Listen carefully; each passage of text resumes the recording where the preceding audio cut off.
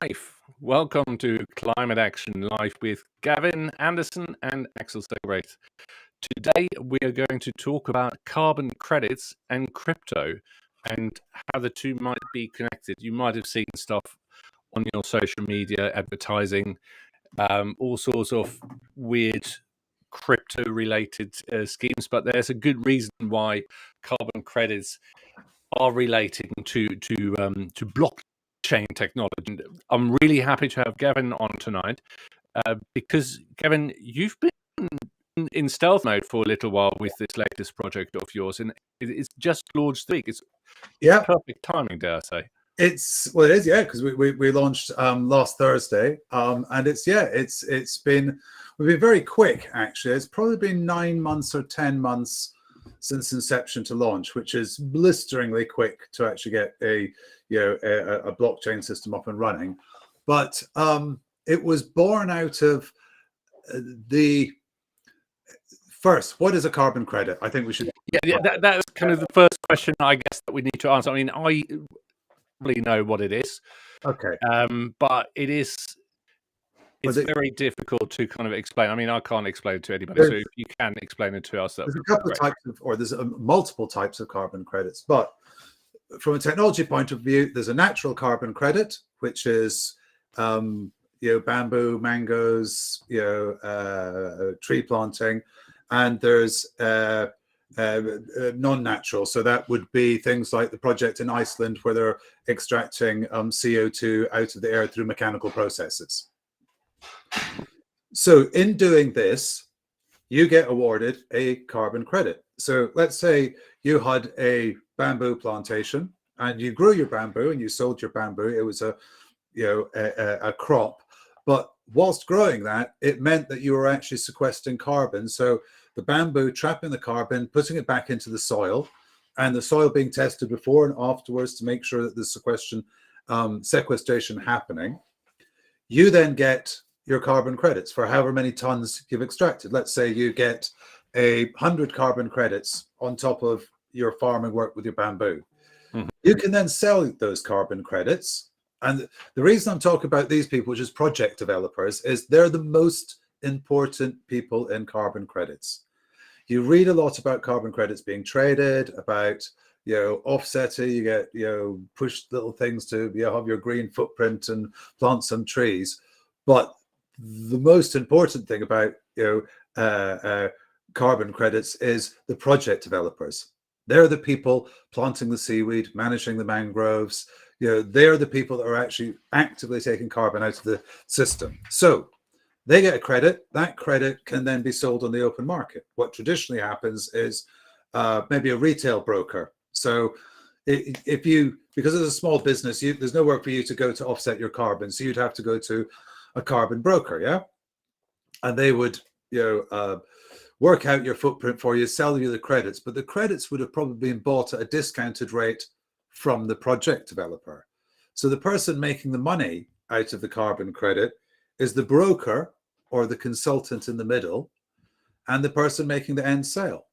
It all sounds very, very much like a vehicle that somebody who works finance has set up, rather than something that is designed to kind of reward people for taking carbon out of the atmosphere. Although that is probably my misperception at the moment. Well, no, it's quite correct, because basically it's evolved since the initial Kyoto Agreement, where we started being able to measure carbon. It's evolved. You might have heard about there's a huge carbon credit scandal in Europe, and people are doing. I think there was one person jailed for over 10 years for it. And they were selling fake carbon credits. I hear more about fake crypto scams or fake carbon credit trading scams than I hear about positive things. Well, that's why Just Carbon was kind of put together.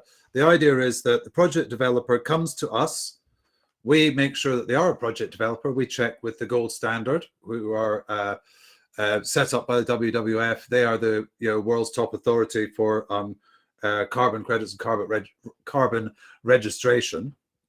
Once we find out that the person does hold gold standard credits, we then turn them into tokens, and the project owner would get $25 per token at the current market rate, So, and they get it so hang on. immediately. This means, talk about this gold standard.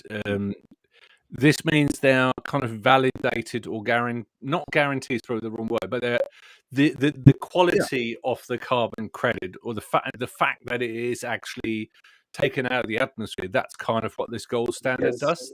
Yes, yes. Okay. And the ones that we operate with are only since 2016, because what's happened is when they initially came out with carbon credits, they were thinking, oh yes, well, if you're not using a piece of paper, that must mean something positive. So it almost got to a ridiculous level. And what's happened since 2012 is we've kind of the industry has worked out what's a good carbon credit, what's a not so good carbon credit.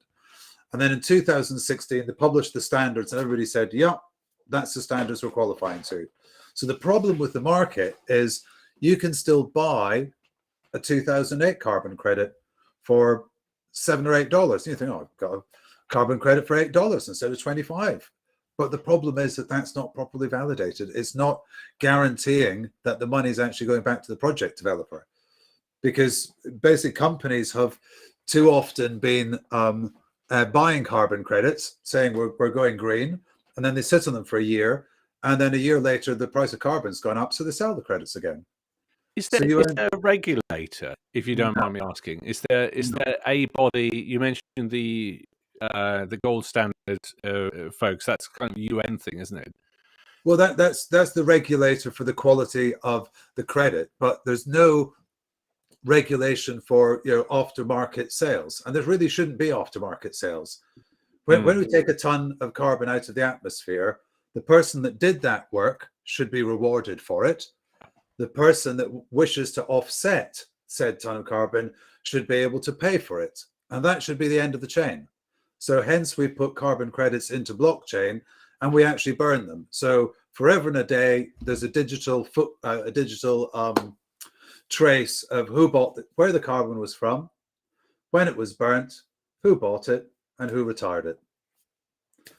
It sounds kind of very simple for a very complex. It sounds simple to say it like that. I mean, I've really struggled so far, because back in the days when carbon, the whole carbon footprint thing is probably different to carbon credits. So let's mix it up. But this, when it all started, I can't even remember when. Thinking a little bit back, this was all about an investment vehicle. That's what I picked out of it. People said, oh, let's trade this. Let's make it a commodity that you can trade. And I always wondered and said, hang on, this is wrong. Why are we trading this? This isn't a sustainable thing. This is the anti-thesis. So what you're saying makes a lot more sense. But isn't that almost in stark contrast then to what people have been doing with the carbon credit so far? Yeah, because we've created this, or the gold standard, Vera, VCS have created these global standards that measure up to agreed ratifications about what these standards are. The problem has been that we've allowed carbon credits to be, as you said, traded as commodities, as wheat or orange juice, or a tanker load of oil or anything. Goes up in price, sell; goes down in price, buy. And that was never the purpose of carbon credits. What we're doing at Just Carbon is making sure that all that money goes to the project developers, because you have to kickstart the market. What we need more of, it's going to sound like a football chant. What we need more of is project developers. We need to make it profitable for somebody to say, I'm going to plant a forest. I'm going to start a bamboo. I'm going to start a seaweed farm. We need, if these people end up at the the bottom of the pile, and the broker and the big corporate business makes the money, we're never going to solve it. We need more of the bamboo growers, so the scale that we're actually looking at. One of our projects we were working with is a company called Seafields, who aim to actually plant, I think I mentioned before, they aim to plant a farm literally the size of Spain underneath the water to actually grow. Hang on. You just blow my mind a little bit. A farm the size of the country of Spain, but underwater. Yeah. Okay. Yeah. through deep water tubes that bring the nutrients up, grown, offshore. What are they called again? It's called sea fields. Sea peels. Eco. Sea fields ECO. The link in the description on YouTube, folks, and on the blog. So it sounds really interesting. It's sargassum seaweed, which basically absorbs carbon about 15 times better than trees, and it can be, well, obviously grown at sea. It doesn't have to attach itself to anything. It can be free floating, grown in nets, gathered up into bales of 1 ton, dropped to the bottom of the ocean. Bottom of the ocean, there is no oxygen, so it doesn't turn back into carbon dioxide. It mineralizes and goes into the seabed. So we can capture, or they can capture, tens of thousands of tons per year with nothing that, let's say, the not so green lobby would disagree with. No wind turbines, no nothing. You're not even going to see it. It's going to happen at sea. But getting back to the point, crypto.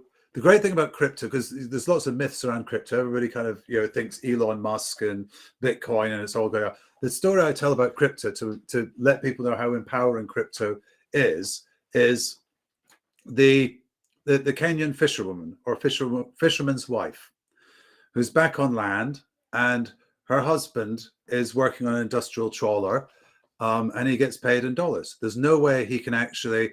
He's got to wait till he stops to port and then try and transfer some money, try and wire it back to his wife.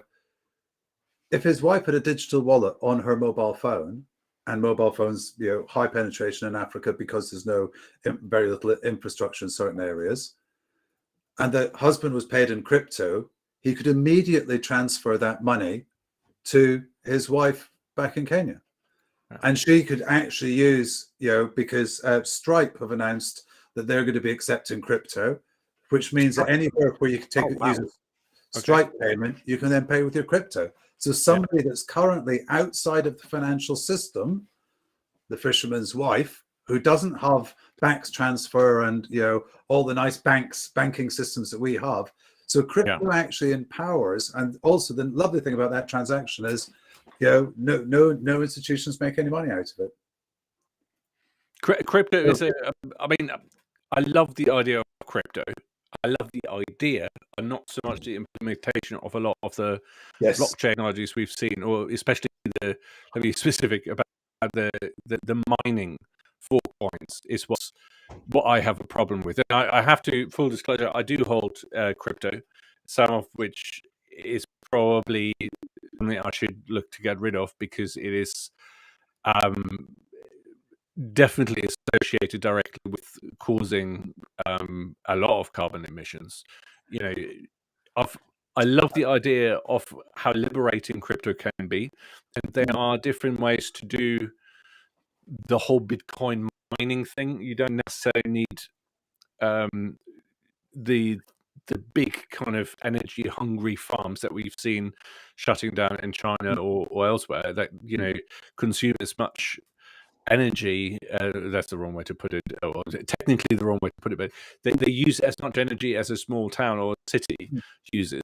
But you have to remember what is they're fired by coal, and everything else is horrible. But the idea of this liberation of paying each other in a cash kind of way is fantastic, especially because when you look at the whole way financial markets seem to work with the central bank and everything else, it strikes me as a complete layperson as a very unfair and top heavy or top down kind of system. That I dare not say pyramid scheme, but it seems like if you are if you're part of the whole kind of system, right, you understand it probably. You basically control the financial market, but normal people, including producers or manufacturers of goods or services, and kind of coming back to what you were talking about with carbon credits and giving money back to the producer. I think it's incredibly liberating if we can do that directly without needing to go through my bank or doing, finding an investment vehicle, and the traditional one goes through probably at least 2 different, brokers and banks and other financial institutions will take that cut. And then I would assume that somebody who would end up with the benefits of this trade will get very little. Whereas what you're saying is with crypto, I guess they get 100% of the proceeds, right? Yeah. I mean, it's for example, So I've got to read the notes on this one. So to give people an example of physically what happens, because everybody kind of thinks it's all a bit mystical, this crypto. So to start Just Carbon, we bought 25,000 tons of sequestered carbon. We bought them from Kamusai, which is a forest, nature reserve, and Chikbalpur, which is degraded agricultural land. So our purchases of the credits were from the people actually running those projects. We paid them the money directly, transferred these into tokens, and they're now for sale on the crypto market. And they actually went on sale last Thursday, and we've had some good sales. Also, the thing that's on the news, or if you're in the crypto world, the news today is NFT. And to your point of the carbon footprint of crypto, NFT Design Works have announced that they're going to partner with us, and we're going to offset all their NFTs. So we're not going to, two things, we're not going to solve the problem of the energy that crypto uses, but you have to remember what it's replacing. If we could snap our fingers magically and everybody in the world was using crypto and just everybody using their phone, no banks, no ATMs, no banking infrastructure, no glass buildings full of thousands of people. Remember what it could replace. So when we say crypto, it's bad for the environment. What's the footprint of all the banking system in the world? Well, they still run on really old machines from the 60s, if you talk about traditional banks. But but just to that carbon footprint of crypto. So there's two different types of mining operation. One is proof of stake. One is proof. I've forgotten it now. I don't have briefing notes, which is a shame on me. I should have got my notes up. There's two different ways of doing it, and one is basically way less energy intense because of the way they are mining it. The other thing is, if you have countries like Iceland or opportunities like startups or companies in Iceland, let's put it that way, where you have a natural source of energy, a very clean carbon neutral way to power your mining operations, like they do in Iceland, who have a massive mine in a mountain somewhere powered by Mother Earth herself. It's amazing. And I'm thinking, yes, it doesn't necessarily need to cost the earth quadrily to create these tokens that we trade with, and it doesn't, and it does certainly replace a whole industry of capitalism that is, I'm not sure whether that's the right way to say it, but it's basically at the heart of the destruction of our planet. Yes, if I may be allowed to step onto my soapbox there for a second. Yeah. But on the server side, because technology will be our savior. The reason that we can actually plant underwater seaweed farms, the reason we can actually literally suck CO2 out of the air is all down to technological advancement, or more an advancement of understanding. So on the whole crypto mining servers, it's released-ish, but anyway, there's some new servers waiting to be released onto the market that are 75% smaller than current servers and 75% more efficient. They're designed for server farms.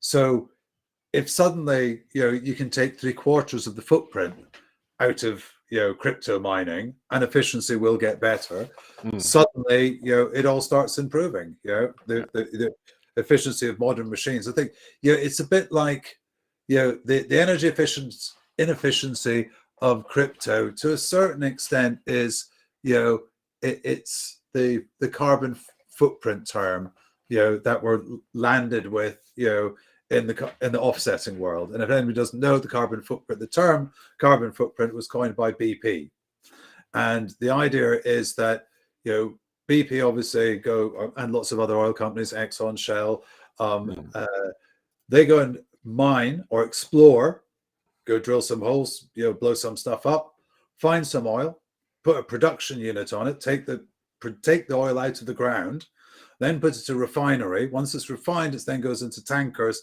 to then be stored in petrol stations for us to buy, for them to make a profit, and it's our carbon footprint. It's like, getting somebody serving you bad food, and you say, "This food's terrible." Well, it's your fault. You ordered it. Well, no, hang on a minute. You made it in the kitchen. Yeah, but you chose it. You're the one that's eating it, so it must be your fault.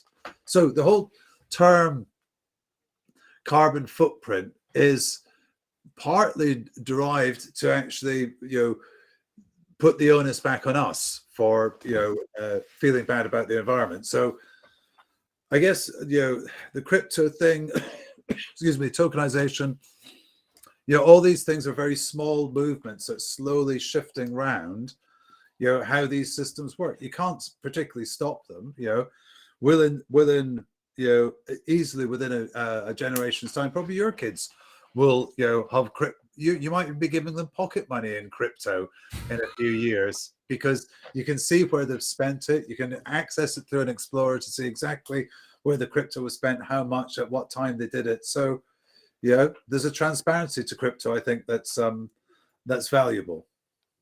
Let me just show you this. I found it. The difference between proof of work and proof of stake. Thanks, Block Geeks. I found an infographic which I hope explains it slightly. One is basically where miners work, and it's very energy intensive, and the other one is where an algorithm chooses somebody, which sounds a bit weird, but it's like way less energy intensive. So if we in Ethereum, which is one of the big cryptocurrencies, have switched in a new version, think of it like software in a way, to go to proof of stake rather than proof of work, which means if you're looking to invest in I would say, I mean, this is not investment advice. Let me stress that I'm not a financial expert. I don't get anything out of this, and so caveat emptor. If I, to make this a bit less difficult, if I were to invest in crypto, I would probably buy currencies that are based on proof of stake rather than proof of work, simply because of the energy requirement way it's set up. What's your take on work versus stake? God, that's a huge question. I still think the proof of work.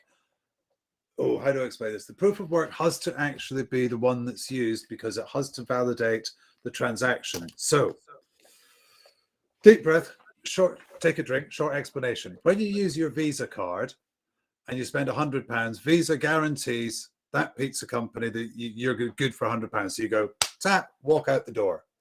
That's what you're paying, or that's what the vendor that's being paid for is paying for the privilege of 2% commission fee. If I paid in crypto, the moment I tapped my card, because crypto has to be validated multiple times. So the first time my transaction is written into the block, the pizza company's got a tiny bit of security that exists. But then the second time and the third time, it might get written into the block, let's say 7 or 8 times in 30 or 40 seconds. So for a pizza company or buying a cup of coffee, yeah, you'd go with that level of validation and say, yes, this person has validly given me this crypto and it's now transacted and I own that crypto. So the problem that we have to do is we have to actually make sure that, to finish that, if you were to do the same thing and buy a Tesla, somebody would actually want 45 or 85 confirmations back that crypto was correct.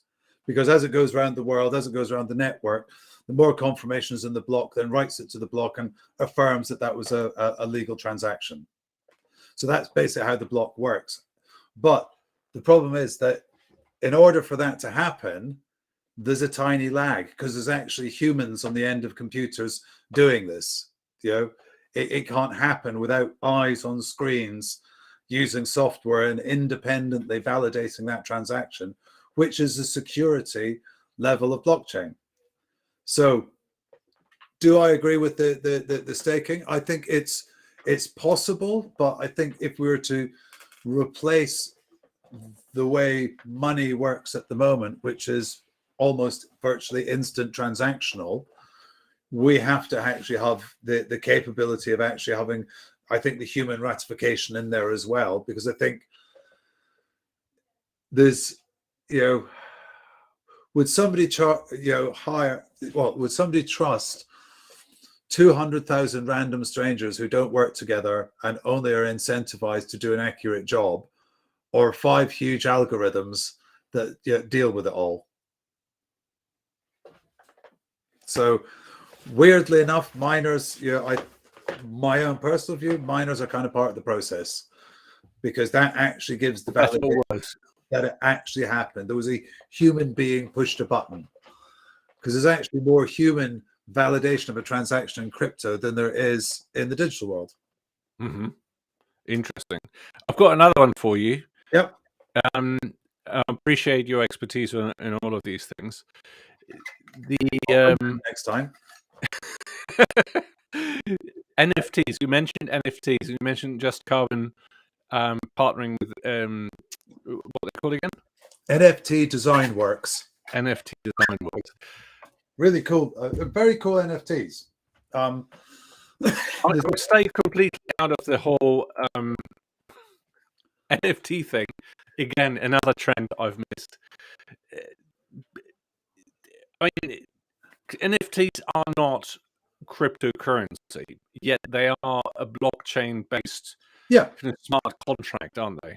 Yeah, the way to think about them is it's digital art. So art, you and I you may want to pay £100 for a picture, and I may be willing to pay £1,000 for that picture because you perceive, and I think, oh, that's wonderful. I'd love to have that in my lounge. That's basically what an NFT is. It's the desire to own. Does it have to be? Does it have to be art? Can non-fungible tokens, NFTs, not be used for other things? They can, but I think in the wider scheme, all these things to me, because one of the things that NFT Design Works, so they work with sports people, athletes, Olympic champions, etc., etc. Mm-hmm. And obviously, for athletes to monetize, traditionally, do a deodorant advert or box of cornflakes advert, or other cereals are available. But what happens is these fans of these stars can actually buy, a fingerprint and a signature. They actually have one that's really nice. It's a 3D one that's viewable, and it's the heart rate of that athlete at the time that they crossed the line or did whatever they did. And you can buy that as a little limited edition NFT. And if you're a big fan of that sports person, you'd be really pleased with that. And if that sports person became very, very popular, lots of people may want it. It's so the value of NFTs, there's a wave of early money, going into NFTs at the moment. Whether they're crazy money, whether they're going to hold their value or not, I'm not sure. It's certainly making an awful lot of money for the Ethereum chain, because that's where most of them are published. Although you can publish them for free. I think it's Mosaic. I think there's a tool. It's a very, it's quite a complex dev tool, but you can actually publish your own NFTs on EOS and other different stacks. But is it here to stay? Yes. Is the market matured and where we can recognize it as a normal market? No, it's still very much the Wild West. Which means there's a lot of risk. I think that we should probably add a warning to this program to say that obviously neither of us providing investment advice and capital at risk if you're choosing to invest in any of this. Yeah. Going back to Just Carbon, because it's kind of based on something tangible in a way. Is that more secure in this one, perhaps? Well, no, it controls the volatility of the price of our token. because it's so. For example, our tokens, we bought the tokens went on for I think $25 when we launched, and I think they're currently, because of the increase in the price of or the value of Ethereum, they've risen to $31 at the moment. But you can sit on them because if the price of carbon goes up, it goes up. But what we're providing is a mechanism. So we're providing a mechanism that, if you like, Microsoft is somebody that needs to buy 1,000 tons a month, can actually do it digitally, securely, fully transparent, written into the block, can't disappear. But we're also making sure that the B2C market, the average, because at the moment, a small business, if you're a small business, little pizza shop, little stationery shop, and you try and actually do the carbon offset for your business, it's very, very difficult because all the brokers want to deal with, big companies and, again, make those margins on it. So if the whole crypto thing has shown me one thing is that the power to the little people. It's about okay. Maybe I'm seeing this too broadly and I'm too generalizing it, but generalizing too much. But this whole digital thing that's happened, especially there was this GameStop thing as well, and with the independent traders basically trading on an app. Plus the whole crypto craze and the NFT art craze. If you fancy buying monkeys and it's crazy, but it's all kind of going in that direction where we're taking power away from the big corporations, the big traditional kind of brokerages, and traditional vehicles. And I'm wondering, where does it all stop? Will it be getting to a point where we live in a world where everything is basically crypto based? We're talking about countries like Venezuela. I think is it Venezuela? Point. Yeah, they've moved to crypto. Yeah. You have various people or countries, I should say, or various governments playing with the idea of introducing their own coins. And is that actually beneficial to the small person? When the big people jump onto it, will it kind of in Venezuela dilute the possibilities of crypto, but will it counteract some of them? Well, you in Venezuela, if you have a mobile phone, that's where you keep your crypto. Yeah, it's as simple as that. Yeah, not get it nicked. So well, no, you can do it through encrypted passwords and all that kind of thing. Your crypto doesn't physically stay on your phone, although you can keep on your phone, but not very good idea. It's just the key to be yes. clear. As long as you have a copy of the key in your safe somewhere or written down, and you should be safe. Yeah. So for Venezuelan people, it's been very empowering, and it's also got inflation under control because they've managed to actually control the market matrix of actually how much they've been releasing. And I think it's crypto shouldn't be seen as it's not a get rich quick scheme. It's not NFTs aren't a get rich quick scheme either. But when any market establishes itself, there is a certain level of overinflation of the prices. Yeah. But I think to your point about the whole GameStop thing, I would say yes, as the new generations are becoming empowered on trading apps. The GameStop thing wouldn't have probably happened if there weren't so many young traders on mobile phones. That was a really interesting dynamic of it. And I think they cost that hedge fund about $3 billion or something. I mean, they gave them there's a whole lot of other dynamics at play. It was interesting to see because it was the thing that's in recent history that stands out for me, where through digital technology and the social media things spread it, we've taken on, or the little person has taken on the big guys, hedge funds, etc., and caused some real upheaval. And is there is it like Star Wars, where the Empire will strike back at some point? Will they come back? And what about regulation of cryptocurrencies and that kind of stuff? Very good question, and that's why it's very difficult to openly trade cryptocurrencies within the current financial markets. You have to use a thing called an ETF or an ETP, which is basically it's like a wrapper of crypto, and you can buy it on traditional stock markets. Right. So the value of that wrapper is associated with the value of the crypto, but you buy it at the stock market rate. That sounds terrifying. I mean, I've had a big learning curve just buying crypto for myself, and had to look after it safely so you don't have to dig out a hard drive like this one English gentleman is still trying to do, to find like £20 million worth of crypto in a rich dump. It is with cash, at least you have it in your hand and you know what it does, even though it's a pile of plastic these days. No, I have to challenge you on that. Cash is. Do I have any cash on me? No, I don't actually. But cash is belief. So if I give you a piece of paper with the Queen's head on it, you believe. I promise to pay the bearer. Yeah. So there's a promise. There's a belief. There's no actual value to that piece of paper.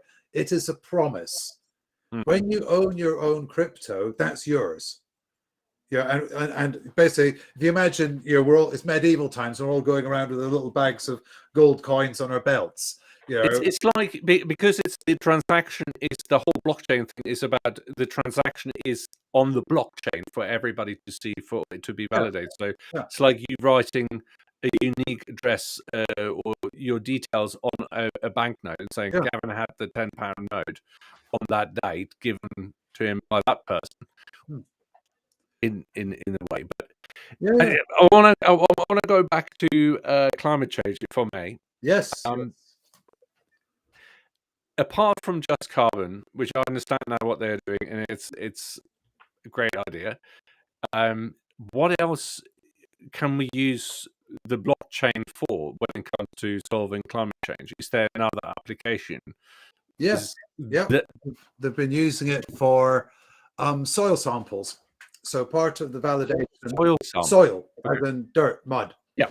So the VCS, which is one of the authorities that issue carbon credits, somebody has to physically take a soil sample year before, year after, measure the soil. Yes, this amount of carbon has been sequestered or removed, and they record that now all in the blockchain. So again, it's not, you can't fake writing something to the blockchain. So you can't fake making the validations for the VCS. And and I'm sure at some point carbon credits will probably actually end up on the blockchain. I don't think they'll end up tokenized, because I don't think they can force everybody to tokenize, because obviously our tokenization is completely voluntary, and you get what you tokenize for. So is there a benefit to tokenize it? Well, it means that so if you have literally the official email that says you have 50 carbon credits, you either have to go and register in a registry to sell them, otherwise you can't do anything with them. With Just Carbon, you just log onto our website, fill it out, put in your registration number for your carbon credits.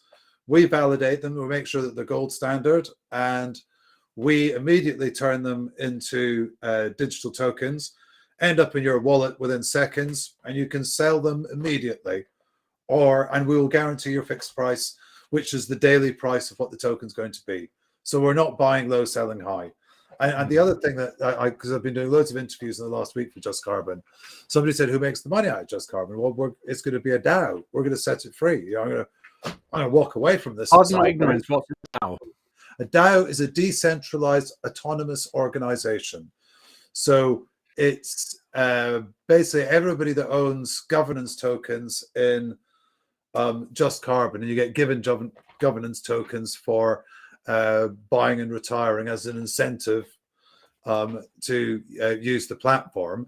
So basically it means that people that are buying and retiring carbon and project developers who are sequestering carbon will be given the power to run Just Carbon, and they will vote who runs it. They will vote where the profits go, what happens to it. At the moment, we're written into the foundation that our profits will go to developers, because we want to start basically any money that we make, we will then want to actually use to get more bamboo plantations, more mango grows, more seaweed plantations. Okay, shameless plug over, but exactly. Oh, thank you very much. I think that's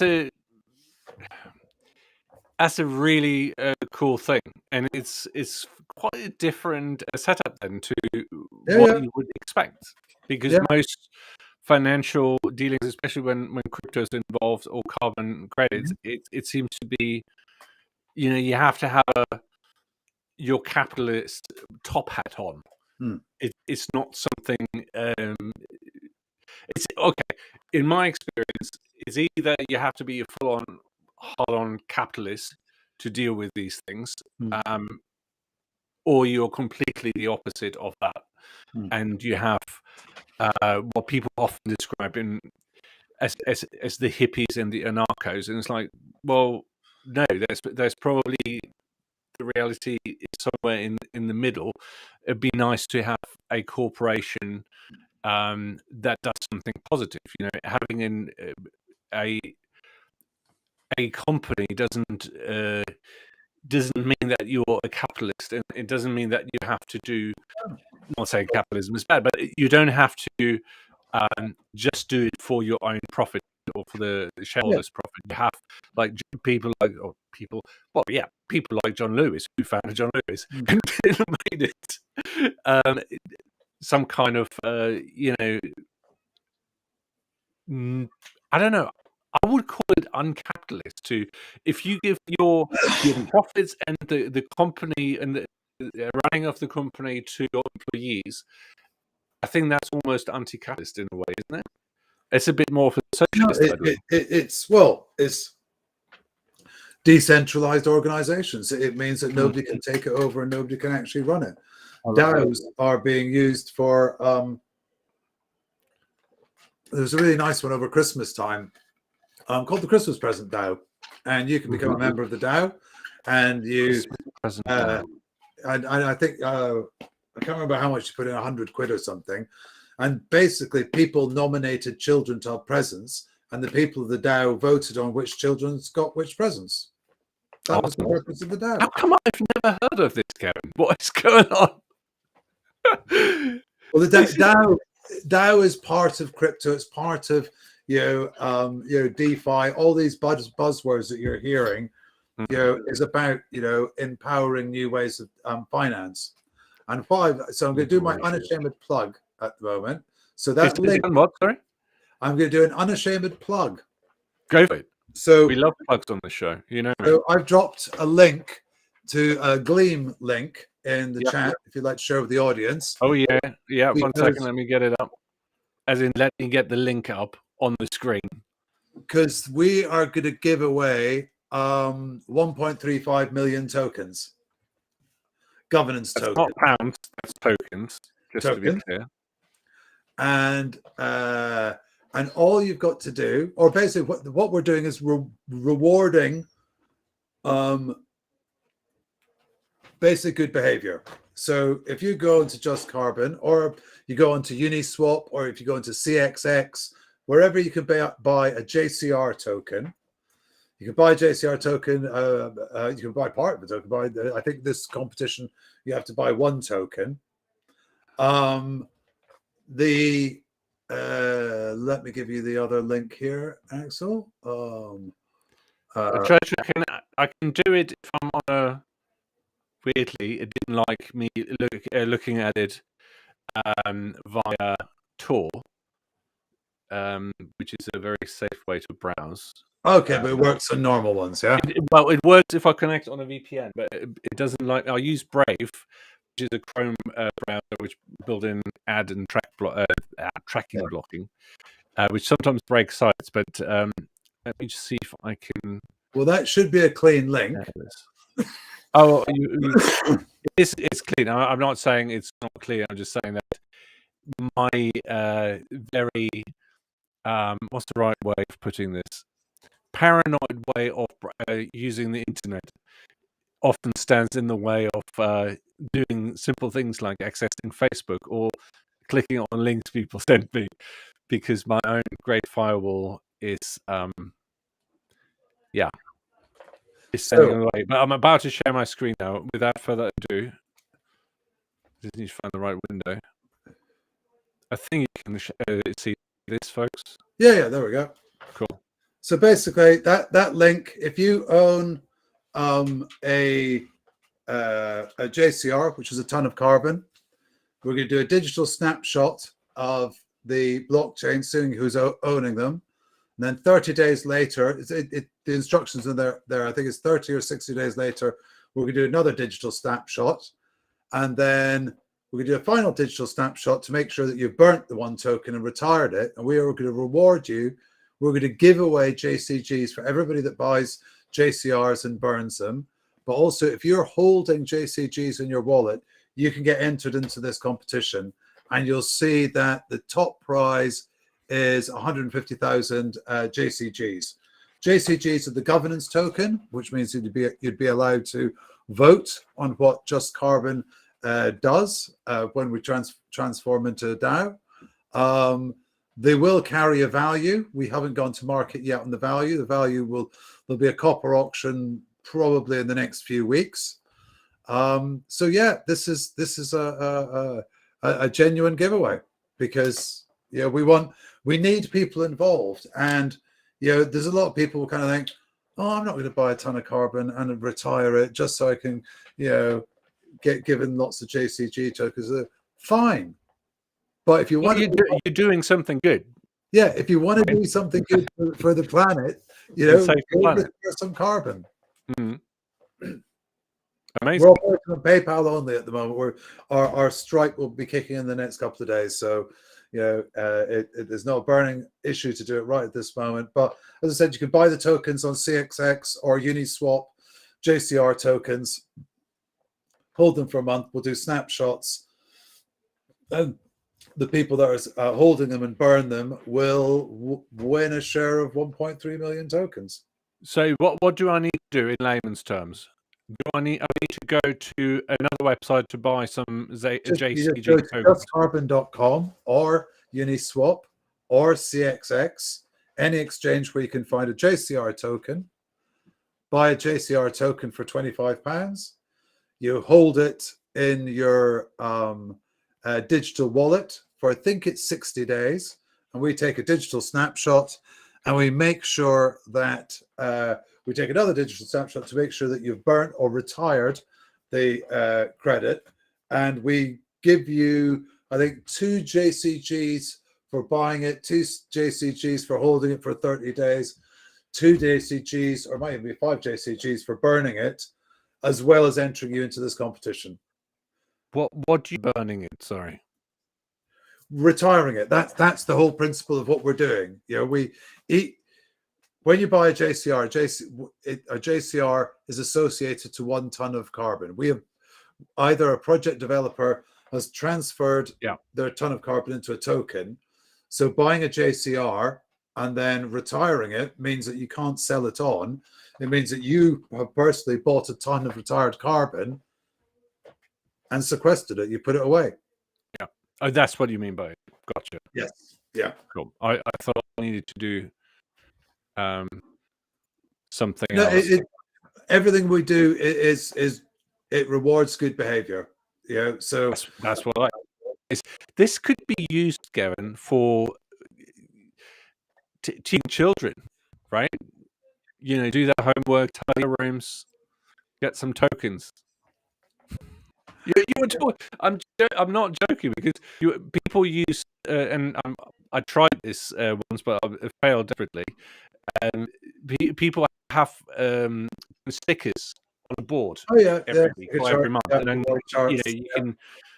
you can convert those stickers into either money, cold hard cash, to buy sweets with, whatever children do with their hard-earned cash these days, or you can convert it into things or activities.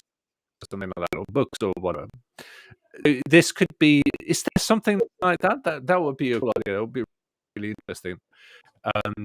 To have some kind of token for the kids that they can learn how this whole weird and wonderful world works. I think you'll probably find that the kids will be way ahead of us in this weird and wonderful world. I think it's, you know, because with the generations coming through all over the world, there's two choices here. They either try and be accommodated by the current banking system, get a bank account, get a mortgage, etc., etc., etc., do your credit rating, you know, etc., or they live in crypto and they make their own rules and they have their own DAOs and they vote on, you know, because a DAO can operate as a central bank to all intents and purposes. You know, a democratic central bank, one that is run by people that are not necessarily. Okay, I'm not going to go there. Otherwise, we'll be here for another hour and it will get ugly. But let's keep it clean. Let's keep it professional. There is one thing we talk about kids being ahead of us. My daughter is streaming on Twitch, right? And she's got God knows how many followers now, 40, I think. And on YouTube, she's got a channel where she puts animations that she makes for gacha and whatnot, and sort of other things. And she's got 32 or 34 followers on YouTube. I've got 7.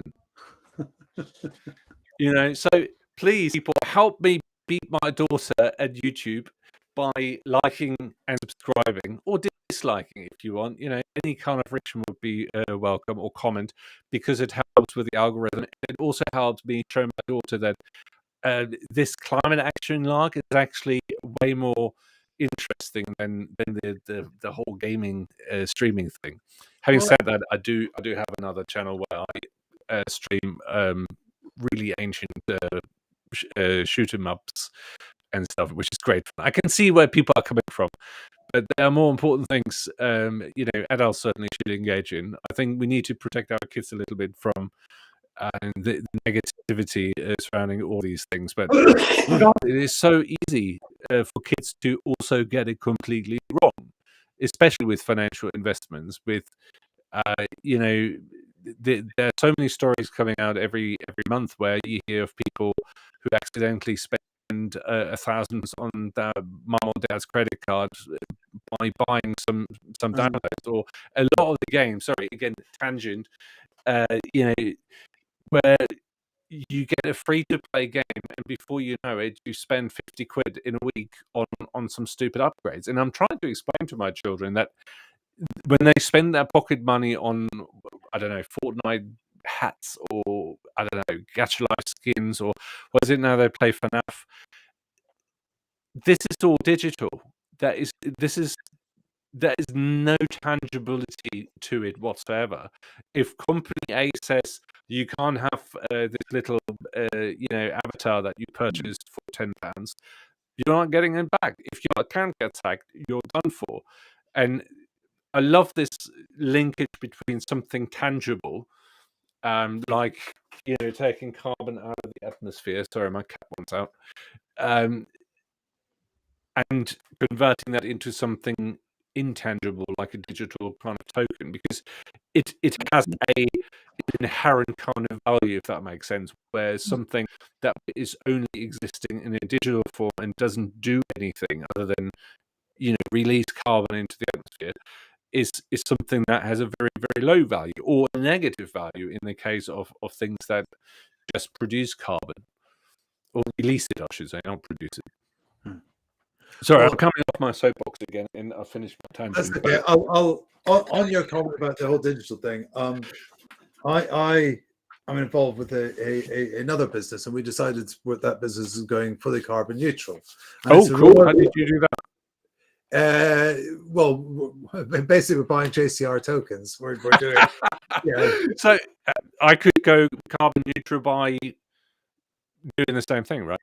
Yeah. If I know how much my carbon footprint is. Yeah. Well, the average person in the UK, you're probably, knowing you as I do, I would say, I would actually take a guess that you're probably about 6 tons because you're vegan. Have you know, and you have a hybrid car. I'm half a kilo shy of 96 kilos.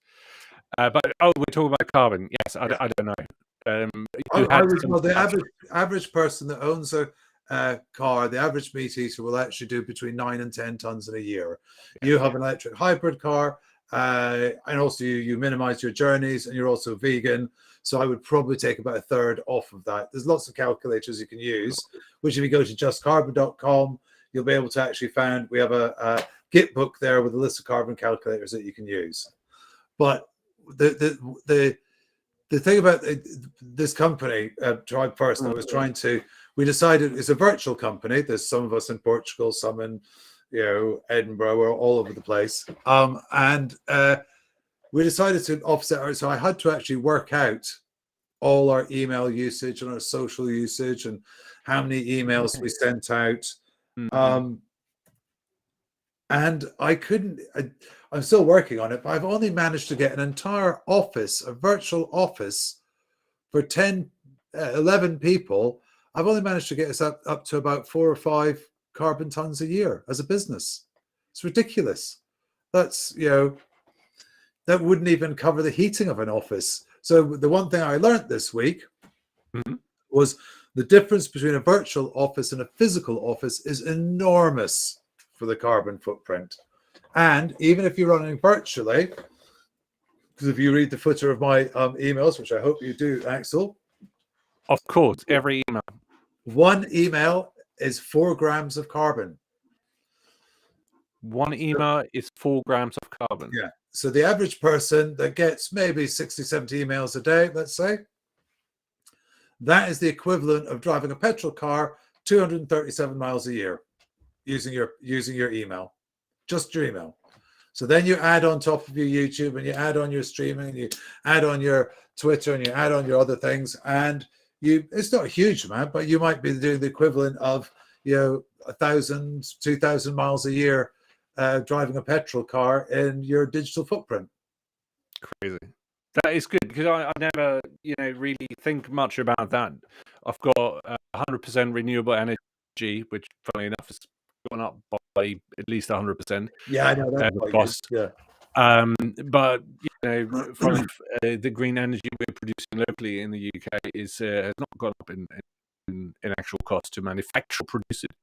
Anyway, another tangent I'm going to avoid, because one other thing I want to ask you is, what about those other carbon credits? Or offsetting? Sorry, not about carbon credits, but about carbon offsetting, because carbon credits is kind of a form of offsetting, isn't it? Where you buy, you're kind of spending money to make up for the bad you do to this world. Yes. So, what do you think about these schemes where you I don't know, plant trees or something like that? Is that they're all valid, but reliable? The problem we have to solve is all about carbon. We have to take carbon out of the atmosphere any way we can. And trees, very useful, but don't hit full maturity to between 3 and 5 years. And for the amount of carbon we have to take out of the atmosphere, we'd have to cover the entire surface of the planet in trees, and they'd all have to grow. It'd be nice if we converted our cities into more greens, but so we have to find alternative ways, and that is seaweed. How we grow food, all our soil. If we used our soil correctly, it would be absorbing carbon in every turn of the crop. We could use biochar as fertilizer. There's a lot we can do. So is planting trees good? Of course it is. Reforestation, of course it is. It helps with flooding, nature management, wildlife propagation, species, supporting species and local ecosystems. Really, really important. But some of the problems, and I really don't want to knock tree planting, but some of the problems in some of the less regulated ones, the wrong trees have been planted in the wrong place. And that can actually do more damage, I've heard. Yeah, or the trees haven't been the right type, or there have been some people prosecuted for actually cutting down the trees that they're already planted to plant more trees to sell to wood. So this goes back to, if we have the most recognized body in the world, gold standard, they're the only ones that can say yes, you have taken a ton of carbon out of the atmosphere, and they're recognized by the the global standard. We have, because we have to standardize the market. That's what Just Carbon is all about. You can't have this flavor and that flavor, and nobody, petrol and diesel works because it becomes in a fixed unit and there's a fixed price against it, and you know what you're consuming. So and it's got a standard. It's standardization. It's critical for it to grow beyond a tiny market. Like with container shipping, for example, that introduction of containers in shipping has revolutionized our ability to get cheap tap from Asia, in loads of other things. But anyway, I think we're hitting the witching hour. So we are not out of time, Gavin. It's been an absolute pleasure talking to you. Do you have any final words you would like to share? Let me just plug the link again. Yeah, it's justcarbon.com, or there's the link, but we kind of went for the name justcarbon.com because that's what we do. We try to, we're very transparent. We all publish the link to, because that's another thing about crypto. Crypto is about who's the person behind this and who's the person. We publish every single member of the foundation. We're completely open policy. You can see where the foundation is registered. Just do, if you have been doing your recycling and doing, buying the right products and doing what you can, do a little bit more and talk to people about, buying some carbon to offset, about offsetting, your footprint, not the footprint that I was talking about with BP, but, the energy that's being used around us. Just be responsible. If you go to a restaurant and you eat 3 cakes, you're expected to pay for 3 cakes. If you use 3 tons in the environment, I think you're kind of expected to pay for those 3 tons, especially because the payment goes to somebody who's going to take some more tonnage out of the atmosphere. I find that the most liberating and exciting thing about the whole thing. It goes directly to the people who actually do the hard work. We want people to become project owners. We want people to look at starting, projects, seaweed projects. It could be reforestation projects.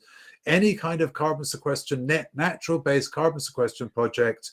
We want to incentivize people to go into that business, or the people that are in it. You know what? I don't have a problem with the guy that owns the mango plantation. I do know a person that owns a mango plantation, who's making money out of saving the planet. Because there's nothing wrong with that, absolutely. And I think your approach in terms of having it at a gold standard at the highest level, it has to be that, because otherwise it's just not going to work, and we're out of time to make a difference, to save our skin on this planet. And I'm going to wrap up the show now because we're already a couple of minutes over. But thank you so much for joining us. Just time to say what's coming up next. So next week, 21st of March, we've got Jane and Claire from Climate Action Northwest. No, sorry. Let me rewind this. Darn it, it's live, isn't it? Next week's show, we've got Jane and Claire from Climate Action West North Hands, or CON for short.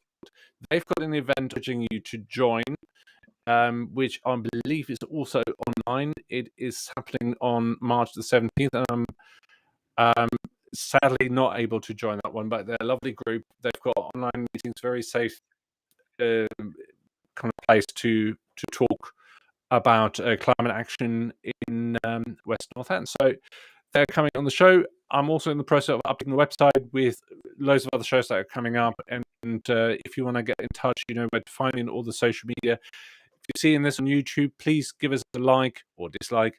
And a subscription would be really great, because that way we can reach a new audience. And if you're on other social media and you're seeing this, please just like it and share it with your friends. Thank you very much. Be well. Pleasure as ever, Axel. Catch you later.